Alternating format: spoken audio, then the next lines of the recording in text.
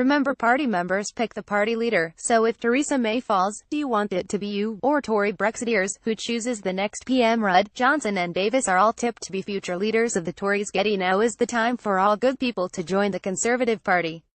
Theresa May will probably stay in office this week and next, but after her party conference speech she is even more likely than she was before to stand down before the next election, and if she does, the final choice of her successor is likely to be made by Tory party members, who are estimated to number little more than 100,000. Once the assumption becomes accepted that a prime minister is not going to fight the next election, it becomes increasingly hard to resist the downward slide.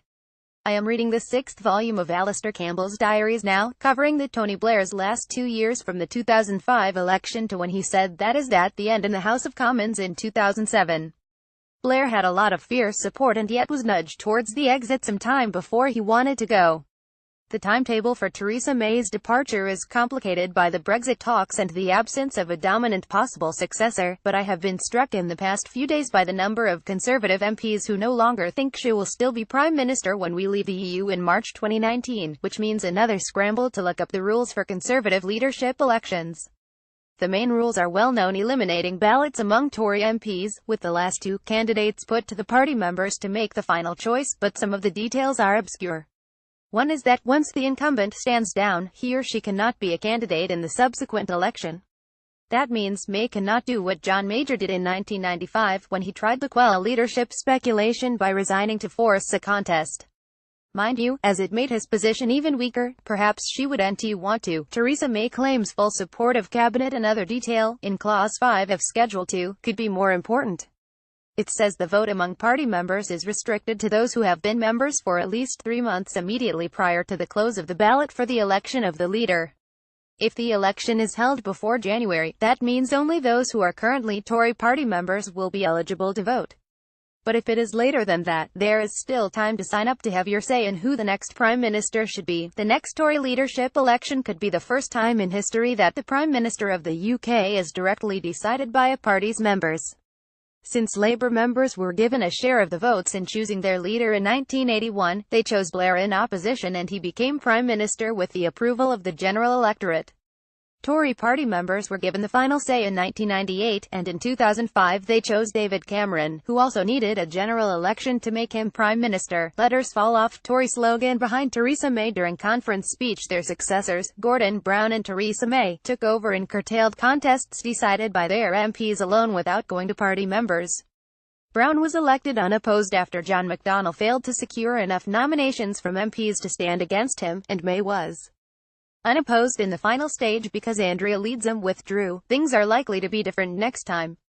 When May stands down, the chances are that Tory MPs will put 2 names to the party members. If the Prime Minister were to decide over Christmas that she had had enough, those names could be Amber Rudd and David Davis. Boris Johnson has not endeared himself to his Commons colleagues with his conspicuous pre-conference disloyalty, while Jacob Rees-Mogg has not endeared himself to them with his conspicuous celebrity and cult status. The speed of politics is such that everything could look quite different next year.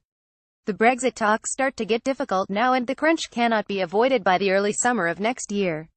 Some of those closely involved are worried about the prospects, so worried that May and Davis have started talking publicly about preparations for no deal being agreed in the end. Theresa May apologizes for failing to win the election outright. If the talks do collapse, it would unleash unknown forces, with who knows what effect on May and her rivals.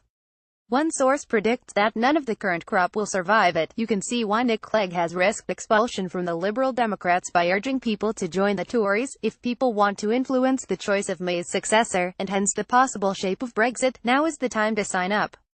Now is the time for some reverse Corbynism. Join now, and in 3 months' time you will be eligible to decide, directly, who governs Britain. It is not hard to imagine 20,000 Remainers joining to vote for Rudd or, eventually, Ruth Davidson. Or 20,000 UKIP and Tryists joining to try to keep the government honest on Brexit. Tory party membership may not go up to the 600,000 claimed by Corbyn's Labour, but this coming choice could be a more significant one than any made by a Labour member. The Tories even have a special offer for under-23s full membership for £5. If you want to have your say over who the next Prime Minister is, you know what to do. More about Theresa May Conservative Party leadership. Brexit reuse content. We use cookies to enhance your visit to our site and to bring you advertisements that might interest you. Read our privacy and cookie policies to find out more.